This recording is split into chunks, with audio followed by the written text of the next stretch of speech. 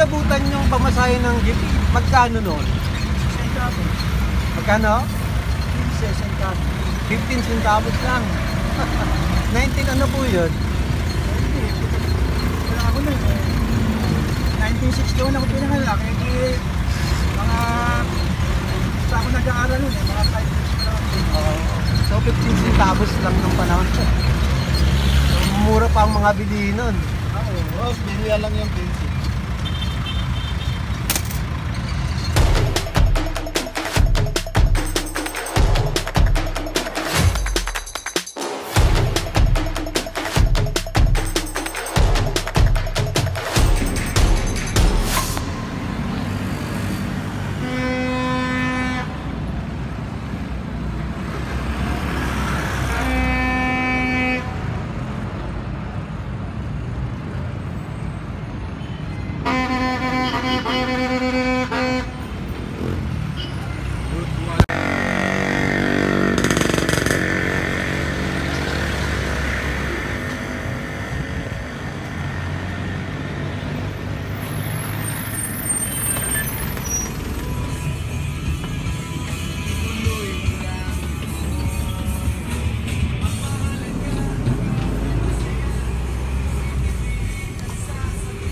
Sama niyo ako sa vlog niya.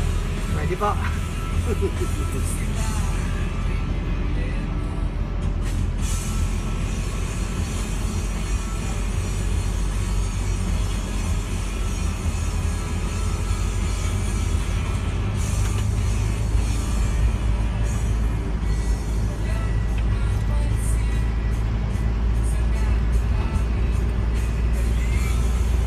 Bali kuya sa Don Oragon Vlog ito, ano? Ano po? Don Oragon Vlog. ano pong masasabi niyo dun sa ngayon po kasi December 31, ano? Ngayon yung po yung deadline nung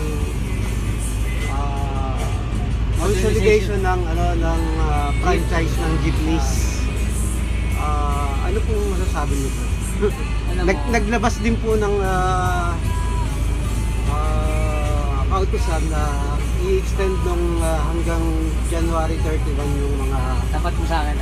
hanggang katapusan ng January 31. Ano pong masasabi niyo? Alam mo sir, sa katotohanan lang.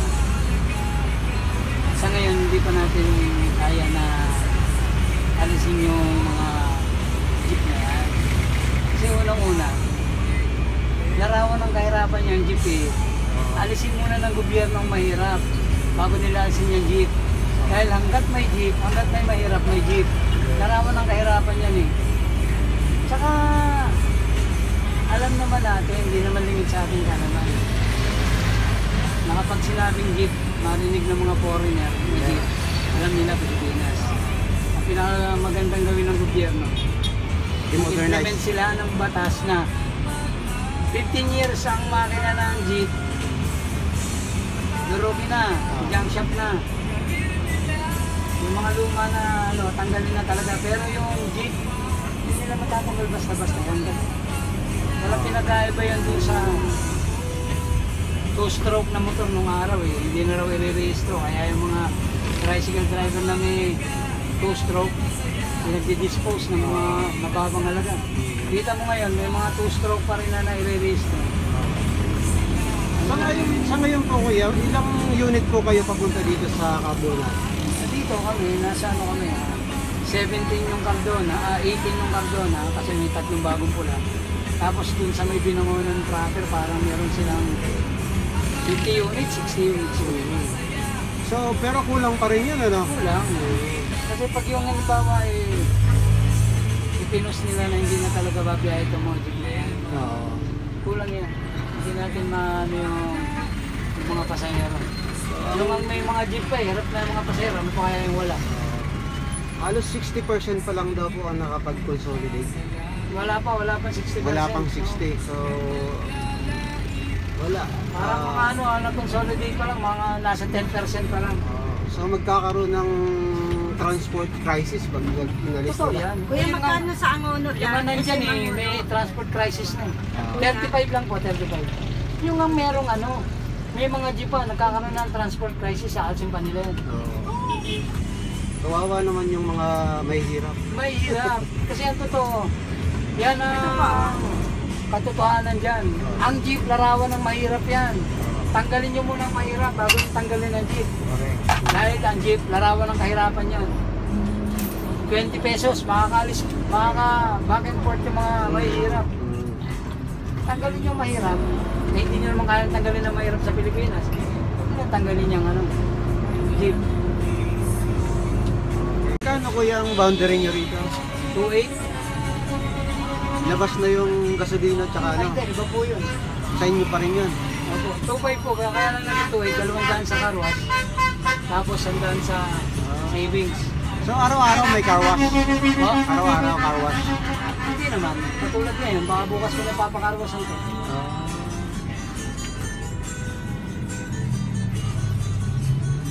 Baka bukas ko na papakarwasan. Pero pag yung araw-araw ko papakarwasan. Pero dati FX ang dinadala nyo din? Hindi po, Talagang- bus driver. Bus driver kayo. Tagal ako sa EDSA, matagal ako sa G-Line. Sa July na. Puro malalaking sasakyan ang dinadala ko ng araw. So talagang ano na kayo, veterano na. Hindi naman totally veteran ko. Pag malalaki yung dinadala alam nyo na yung ano. Mas maliit ito. So ibig sabihin mas okay ito. Yeah?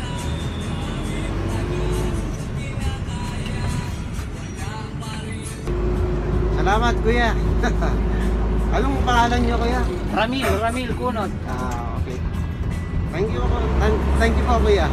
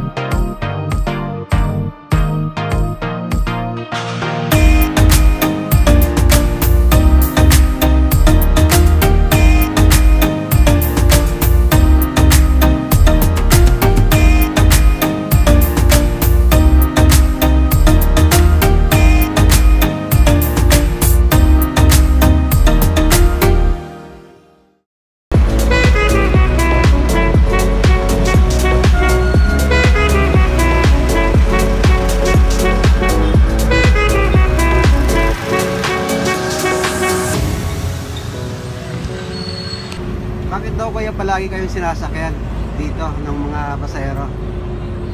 Kasi komportable sila. Komportable. Malamig. Malamig. Kasama yung mga itsura driver. Yan ang magandang balita doon. Mga driver namin.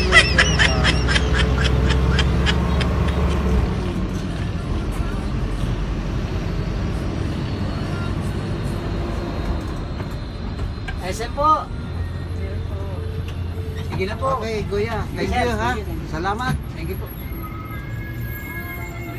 Pupunta pa ako ng Marikina.